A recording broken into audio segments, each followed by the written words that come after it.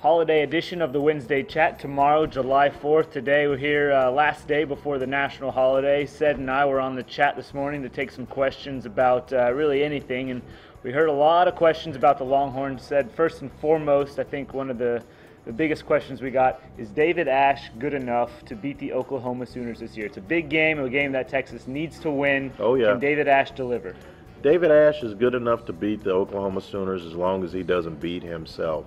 If David Ash plays within himself, gets involved in the run game, and cuts down on the mental errors that plagued him last year, yes, he is a good enough quarterback to beat the Oklahoma Sooners. To me, Ash has always seemed like a guy that needs weapons around him to really be at his fullest. He's not a guy that can go out and win you that game. Does he have enough weapons now to deliver in such a big environment? I think he has way more than enough weapons. The question is, can he be the guy he needs to be? There's going to come a time in a football game when the quarterback has to take control of it and be that guy. Remember Stillwater a couple of years ago? David Ash went to Stillwater and won that game with his arm and his scrambling ability. So yes, he has the ability, he has the potential, but he has to find that consistency that you have to win big-time college football games. And keeping it with the Texas offense, another question we took was whether or not how different Major Applewhite's offense is going to look from Bryan Harsin. I think it's going to be faster, and I think it might be a little bit different.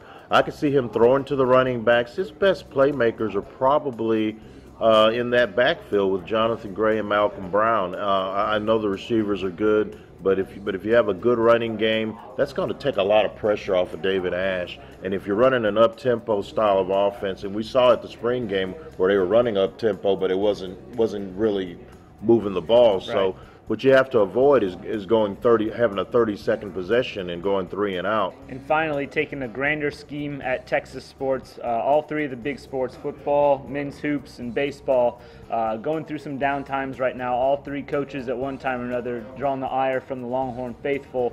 Which of those three guys, Augie Garrido at baseball, Rick Barnes hoops, and Mac Brown obviously football, which one of those three guys should be feeling the most pressure going into this next season? Well, it's going to always be Mac because he makes the most money and he's coaching the most visible sport. Football is king. Football is king, and they haven't been in a BCS bowl game since Colt McCoy left. So they're going to have to. It's going to be on Mac to get this team back to 10 or 11 wins. That starts with beating Oklahoma and winning the regular season title in the Big 12. Rick Barnes and Augie Garrido are both feeling the heat as well, especially Augie, because you don't want to go 3 straight years and have 3 straight bad years as well as this program has been. Rick Barnes hasn't been good in a while. He hasn't had a really good team in a while, and I think Rick Barnes may have been fired by now if he was at a bigger program.